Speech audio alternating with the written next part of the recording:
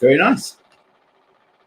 Very nice indeed. But I'm not sure I need to be in my living room for this. I think I need to be in the gym, in the living room. Would you believe it?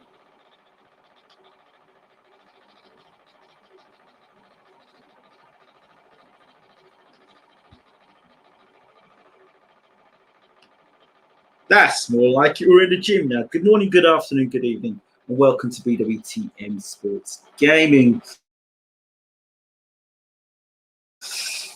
Charlo, one of my favorite fighters, in my top 5 in terms of fighters that I would tune in to watch.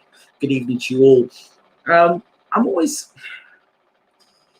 think when you talk about fighters that you seem to enjoy a lot, there's almost a tendency sometimes when you talk about fighters that you love that you kind of can overindulge and sometimes forget that they have weaknesses and they can come up short. I've tried to be as balanced as possible. I've stayed away a lot from talking about fighters that I actually enjoy watching. Jermall Charlo is one of those fighters that I love to see fight, and I am a massive fan of Jermall Charlo. And I'll tell you why. He's a boxer puncher. He's a guy who can box behind a good jab, a guy who's got phenomenal punching power, and he's done it against the very best, first at light middleweight, and then moved up to middleweight and still knocking cats out. I like that about him. Guy carries a good chin, good stamina, good boxing ability, can box on the outside, can box on the inside, good boxing brain, can shift up, can change up, doesn't do the same thing all the time repetitively. And that's what I like about Jermall Charlo. I like him a lot. Really like him. I think he could do big things. He has a fight against Juan Montiel tomorrow night on Showtime Boxing. So Montiel, they've sold it already to you. They've sold it to him. He's a big puncher. He's got a puncher's chance. 22 of his 22 fights have been won by knockout, and they're employing this and they're pushing this. And it's great branding because I'm not knocking Montiel for 1 second here. Hear me out. When they're talking about this guy Montiel, Juan Montiel, they talk about his knockout power, but what they're not telling you about is how he's lost those fights. That's great promotion. He's got big knockout power. Is he chinny? Does he take a shot well? What's his stamina like? What's it like when he gets hit back on the chin? All these things, they're not really talking about. But what they are talking about is he's a puncher. Jermall Charles got to watch himself. Listen, Juneteenth. It's a big weekend for the Charlo brothers, particularly Jermall, who's fighting back in the hometown, back in Houston, Texas. And it's a homecoming. And for any world champion, a homecoming means a lot. It's a big thing. You're fighting in front of your home fans. But there is also a responsibility. Ticket sales, if you're training at home, the distractions, the phone's going off all the time. You're with your family. You've got your creature comforts. Everything's at home. You're very comfortable. It's different at home when you go on the road. It's different when you're at home and you're a home crowd and everything's to suit you. You can get comfortable, and some of the things you may usually do in boxing, being the away fighter or being the guy on the road, there are things you just don't give as much to because you're at home. Or you may overtrain because you're home. You may get a bit too zealous, training at home. So it is greetings to you, my friend. Good to see you in the room. You may get overzealous, you understand? You may do a bit too much because you're at home. Now, I'm already concerned about this fight, not because I'm concerned about this fight, obviously, as a Charlo fan, but as a boxing fan, because I want to see him fight the very best. He's fought Derevyanchenko, which I didn't think was a big test for him. I thought that he beat Derevyanchenko easy. It was the biggest test of his career, but it really wasn't the biggest test of his career because for me, it may have been the biggest name on his record, but Derevyanchenko, for me, he beat Golovkin. But beating Golovkin, just means Golovkin for me has been a lot more more hype than substance. When you talk about Golovkin, you're talking about a guy here that when you look at his resume intently and sort of guys he's knocked out for a touted or a renowned puncher, if you look at the guys he's knocked out in his resume at the highest level, he hasn't knocked anybody out that you could say, yeah, that guy's getting the Hall of Fame, or yeah, that guy's a good champion, or yeah, that dude was good. Nothing like that in Golovkin's resume in his career. You know, he's knocked out some C-level, D-level opponents, but never so. And that's what I like about Jermall Charlo. He's knocked out some guys who've got some resumes, who've got some good names, former champions, good champions at the time. So this homecoming, I have concerns. I'm concerned about this fight. I'll almost flag it as a red alert fight. And I'll tell you why it's a red alert fight. And this is why it's a dangerous fight. He's fighting a guy who's a switch hitter and a puncher and a guy that's coming to win. So he's dangerous and he's got nothing to lose. He's the away fighter. He's expected to lose. That's the script. He turns up, he puts a good account himself, and he loses, he goes home. He's not here to come and beat Charlo, the guy who's going to go on, and some people say can upset Canelo, the guy who dominate the middleweight division. There's this guy. This guy, to me, is a danger. And I'll tell you why he's a danger. Already is a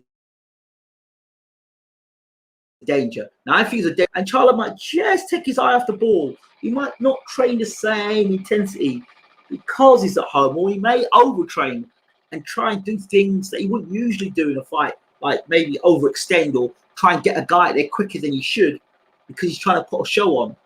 I'll give you an example. Evander Holyfield, he was having a homecoming fight in Atlanta, Georgia, and he's fighting a guy by the name of Burt Cooper. Now, Burt Cooper, a trier, decent chin, not a big heavyweight, but comes to fight, and Holyfield was busy going about his business in the first round. Boop, boop, boop, boop, boop. Holyfield, the crowd got cheering. Holyfield's going about his business, nice. First round, beautiful. Boop, boop, boop. And then so after Burt Cooper throwing this right hand over the top. Holyfield sort of bouncing, boop, boop, boop, typical Holyfield. I think in about the third round, the commentator said, yeah, Holyfield, he's doing what he's doing, but Cooper's catching with his nasty right hand over the top. And all of a sudden, the third round, their heavyweight division started shaking. The undisputed heavyweight champion of the world, making his, I think it may have been his first defense, maybe the first defense of the heavyweight championship. Well, this was his first defense against Burt Cooper at home, homecoming. And all of a sudden, in that third round, Cooper lands that right hand as Holyfield's trying to throw an uppercut, hits him with right hand, and Holyfield's staggered against the ropes. Now, that's where that fight, I was already a Holyfield fan, but that was the fight that made me a Evander Holyfield fan, because Holyfield's almost out on his feet, reeling all across the ropes, and then Cooper's landing all these punches in him, and suddenly Holyfield gets his senses together and starts putting boom, uppercut, left hook, right hand combination. And Holyfield starts rallying punches back on Cooper, and Cooper starts looking like he's out of there. And then Cooper lands a right hand again, and Holyfield starts feeling a bit, it's a fantastic fight to watch. Holyfield's homecoming.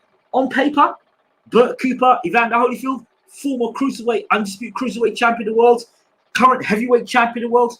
Buster Douglas just knocking out Mike Tyson. Holyfield knocking him out of one shot. Buster Douglas trying to throw a right uppercut, and Holyfield hitting over the top with the right hand, knocking Buster Douglas out cold. Holyfield looking good in that night. Then, struggling against Burt Cooper. You wouldn't have thought it. And there, Lennox Lewis is in, Evander Holyfield, he got exposed tonight by Burt Cooper. He got exposed. Imagine if it was me hitting, Holyfield with a right hand like that. I'd knock Holyfield out. I'm knocking Holyfield out when I get the chance. Well, you had two chances, Lennox, to do it, and you didn't do it in both fights. You didn't even come close to knocking Holyfield down, and that was he was Evander Holyfield by then. So, yeah, I digress a bit, but just to remind you of all those memories back then. Bert Cooper. I sincerely hope and pray that we don't see on Saturday night Jermall Charlo going life and death against Montiel because he took his eye off the ball because he's at home and got excited because of the fans and got excited because he's at home and got all emotional because it's Juneteenth. I just hope he has got his faculties together and can put on a good boxing clinic against Montiel, box well, take this guy out. This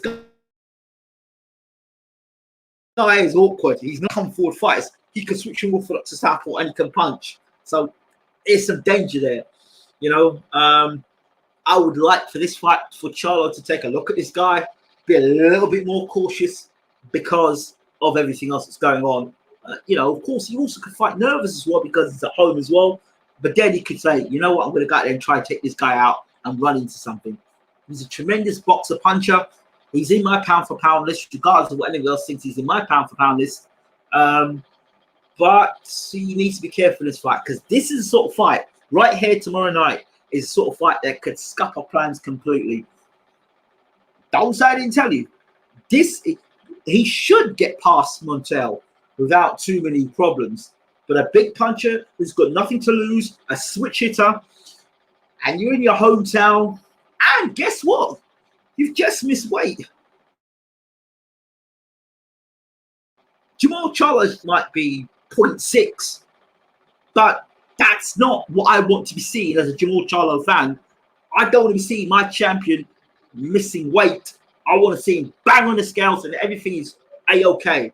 It might be because I don't know, he's wearing his boxer shorts or whatever, but I don't like to see that sort of stuff. You nonchalantly walking up and doing weight. And if you walk up there nonchalantly and you do weight, and you do the weight and bam, 160 pounds, bam, or 159 pounds, bam, bam, and you're there, that's cool. But you're going there, bam, and you're not even on weight. To me, there's a lack of and not being on weight and call it what you want. That's concerning to me. I don't care if it's 0.6. It's 0.6. You didn't hit the scales sometimes. So it might be a miscalculation. It might be the fact that he's at home. He may have drank a little bit more, ate a little bit more. I don't know. May have done a little bit more strength training. He says he was stronger. He's stronger now. May have done a little bit more strength training, which means he might have a little bit more muscle mass. Just a little bit more, which would mean he might become just a tad heavier. But beside that point, I hope that it's just a miscalculation. Comes back in 2 hours, makes 160 pounds. He shouldn't take that much out of him, makes 160 pound limit, and he goes on and completes the task tomorrow night without many concerns. That for me is what I want to see. I want to get through this fight. And after this fight right here, it's got to be another big name. I would like to personally see him fight Danny Jacobs. I want to see that get that next up. Danny Jacobs, fight Danny Jacobs and get Danny Jacobs completely out of the middleweight division. I ain't got super middleweight, but fight Danny Jacobs. Leave the Andrade fight alone, unless you really have to have that fight. Leave that fight alone for now. Go fight Danny Jacobs. Go chase Golovkin. Beat up Danny Jacobs. Go fight Golovkin. Those are two DAZN fighters. Go beat them two guys up, and then you can fight Andrade afterwards. But beat them two guys up first. That'd be nice. Beat them guys up. Beat up Golovkin. But Golovkin to me is he's on borrowed time. You understand? He's on borrowed time. He don't want to fight any real challenges anymore. It's quite clear. Since Abel Sanchez left Golovkin, he's not been the same fighter. Whether that because of Abel Sanchez's stories he used to tell about Gennady Golovkin and all the hype that was around Golovkin.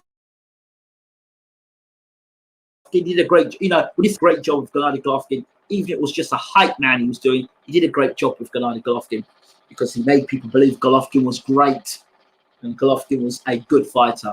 When people used to say that Golovkin would beat Sugar Ray Robinson, I'm like, what? And he'd walk through Marvin Hagler and Thomas Hearns and like, really? And he'd beat Sugar Ray Leonard. Listen, he wouldn't have beaten Andre Ward. But that's another story for another day. Wishing, hoping, praying tomorrow night Jermall Charlo gets past Montiel and puts on a devastating performance for me to come back and say, champ, I really wished I'd just given you a full confidence that there was going to be no slip-ups and no issues. But homecomings are a funny thing. Sometimes they pull off real well, and other times they can be a real issue. The stories about Golovkin in training were like the old Chuck Norris bits. yeah, that's true. I'll tell you something. If you can pull out that interview I did with Abel Sanchez, man, it was a great interview because it talks about Abel. It was Golovkin versus the world. Sugar Ray Robinson, Joe Calzaghe, Andre Ward, Nigel Benn, Chris Eubank, James Toney, Roy Jones Jr., Andre Ward, actually, Andre Ward already. But yeah, check it out. It's an interesting interview. And if you can timestamp that one, it's amazing. So when you get a moment, check that one out, Leif. And good evening to you as well. So I'll be back in a moment. I'm going to finish this video off. And I'm going to do a couple more videos tonight. I'm going to do 3 or 4 videos tonight because there's a few topics I need to talk about and get off my chest. So join us back in a moment. Don't subscribe, leave your comments, and check out the video after this. All right? Have a good one. See you very, very soon.